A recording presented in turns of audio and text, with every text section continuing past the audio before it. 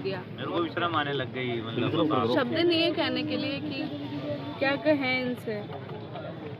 आँख नाक कान सब बंद करके बैठी हुई सरकार, वहाँ है या नहीं समझ में नहीं आ रहा। अभी तक कोई जवाबदेही तय नहीं हो रही। चिकित्सा मंत्री आना क्यों नहीं चाह रहे हैं, इस्तीफा क्यों नहीं देना चाह रहे हैं। और तो और अभी तक इनका कोई धोनीधरी नहीं है। किसी ने पूछा तक नहीं इनसे कि भाई वास्तव में आपके साथ क्या हुआ है। ऐसे लोग जिन्हें पहले दिन चेताया गया था कि ऐसी घटनाएं हो रही है, वो क्यों हो रही है, इस बात की जांच हो। लेकिन अभी तक कोई जांच के नाम पे कुछ भी नहीं। दवाएं शुद्ध रूप से लोअर क्लास की लगाई जा रही है। इसी वजह से यदि एक दिन पहले जब घटना हुई तो अब तक तो रोकथाम होनी चाहिए थी। दिन पे दिन कभी 1 माह, कभी 2 माह, कभी 3 माह, मतलब शांति रखो। ऐसा कैसे हो सकता है। डबल इंजन की सरकार फेल है और फेल के साथ साथ हत्यारी है, हत्यारी। गरीब तबके व्यक्तियों की हत्यारी है डबल इंजन की सरकार। ऐसी सरकार को जनता माफ नहीं करेगी, और जनता तो क्या भगवान भी माफ नहीं करेगा। जवाब ऊपर भी देना है। मैं इस पे राजनीति नहीं कर रही हूँ। एक लाइफ सपोर्ट एम्बुलेंस नहीं हो रही जब पति मांग कर रहा है यार, थोड़ा सा ऊंचा रखो। इससे साफ जाहिर है, पता है मैंने रात को जब फोन आया मुझे पता चला कि वहाँ एम्बुलेंस नहीं हो रही है। उस दौरान मैंने अपने हस्बैंड को बोला, इन्होंने वहाँ पे व्यवस्था करी, और जब जाकर के ये हाथों हाथ उसके साथ आए, परिजन के साथ। और आप ये चाहते ही नहीं है। आप देखिए यहाँ पे आप देख रहे होंगे कि बच्चेदानी भी रखी हुई है उस पिंकी बहन की हमारी। इसकी जांच कराने के लिए भी कोई व्यवस्था नहीं है। मना कर दिया कि करा लो तुम्हारे हिसाब से। कहाँ करा लो, जब डिलीवरी यहाँ कराई है, आप क्या हुई है, सारी व्यवस्थाएं आप क्या रही है, तो फिर कहाँ जाएगा गरीब तबका आदमी। मुझे इस बात का जवाब दे दो। हम मांग करते हैं जिन बहनों ने हमारी ने जान गंवा दी को 50 लाख रुपए सरकार दे, और जिन बहनों की आज भी वो जिंदगी और मौत से लड़ रही है, किडनियां खराब हो गई है, वो सही भी हो गई ना यदि, तो भी जीवन भर उनको डायलिसिस पर रहना पड़ेगा। उन सब परिवारों को 20-20 लाख रुपए दे। एक सवाल है मैडम कि 2013 में भी जेके लोन के अंदर 9 बच्चों की मौत हुई थी, और अभी प्रसूताओं की मौत हो रही है।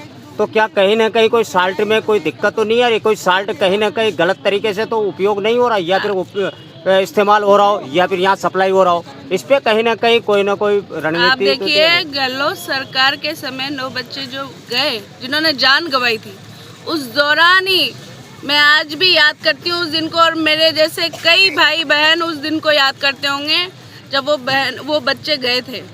उस दौरान ही तुरंत गहलोत सरकार ने एक्शन लिया था और जेके लोन की एक नई यूनिट बच्चों के लिए बनाई थी। आज उसमें आप देखिए कितना फर्स्ट क्लास वो वार्ड चल रहा है, और बच्चे और बच्चों के साथ आए हुए सब परिजन अटेंडर, वो सब वास्तव में लगता है कि हाँ हम प्राइवेट हॉस्पिटल में जैसे महसूस करते हैं।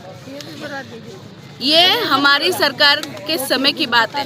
और आपको ध्यान होगा अच्छे से कि वो सर्दी के दिन थे, और आपको ये भी ध्यान होगा कि वो सब बच्चे बाहर से डिलीवरी करा के रेफर किए गए थे। यानी कि रेफर तब करते हैं जब वहाँ पे स्थितियाँ संभलती नहीं है। निमोनिया सर्दी का समय था, निमोनिया हो गया था, उनकी व्यवस्थाएं बैठ नहीं रही थी, इस वजह से उन्हें कोटा रेफर किया गया था। लेकिन वो भी हम सबके लिए पीड़ादायक था। तब इन्होंने पूरी इनकी जितनी क्षमता थी, पता नहीं कहाँ विदेशों से भी लोग आ गए थे। अब तो शर्म आती है मुझे। आप लोकतंत्र के चौथे हिस्से में, आपको पूरे देश भर में ये बताना चाहिए कि कोटा में ये हो रहा है।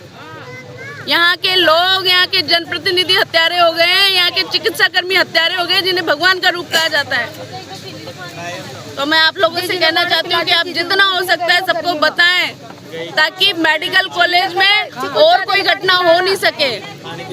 क्योंकि आज तो सिर्फ ये डिलीवरी की बात है, कल बुखार भी आएगा ना, उसको भी दवाई लगेगी, लोअर क्लास वाली उपभोक्ता की, उसको साथ भी ये होगा। लेकिन इन घटनाओं से आम जनता में एक डर बैठ गया, इसको लेकर क्या कहेंगे? डर वाजिब है उनका डर वाजिब है।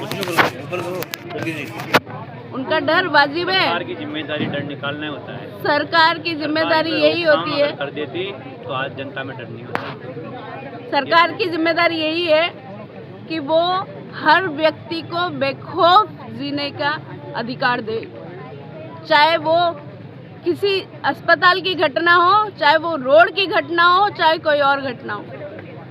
आज़ाद भारत में आज़ादी से यदि आज हम हमारी सांस ही ले पा रहे तो इसकी जिम्मेदारी अब कौन तय करेगा? सरकार तय करेगी। ये सरकार का फेलियर है। और आज भी हमारे यहाँ से संभाग का पूरा सबसे बड़ा हॉस्पिटल है ये। और इस संभाग ने यहाँ से MLA, MP, मंत्री, स्पीकर सब लोग दिए हैं, उसके बावजूद कोई अभी तक जवाबदारी तय नहीं कर पा रहा है। चिकित्सा कर्मी क्यों नहीं आ रहे हैं? क्यों डर लग रहा है उनके फेलियर से? इस्तीफा दें। चिकित्सा के यहाँ के जो मुखिया बनते हैं वो इस्तीफा दें। अब तक तो यदि मानव संवेदनाएं बचती ना तो स्वतः इस्तीफा दे देता आदमी। इनकी खुद की मानव संवेदनाएं मर चुकी है। लेकिन माननीय लोकसभा अध्यक्ष अभी कोटा दौरे पे है, जैसे कि प्रसूताओं से मिलके उन्होंने संवेदना की। कार्रवाई के नाम पे क्या कार्रवाई देखिए, क्या कार्रवाई क्यों? कार्रवाई के नाम पे क्या? और कार्रवाई की तो अब तक तो रोकथाम हो जानी चाहिए थी। कल पर ही घटना क्यों हुई? मुझे ये बताइए आप।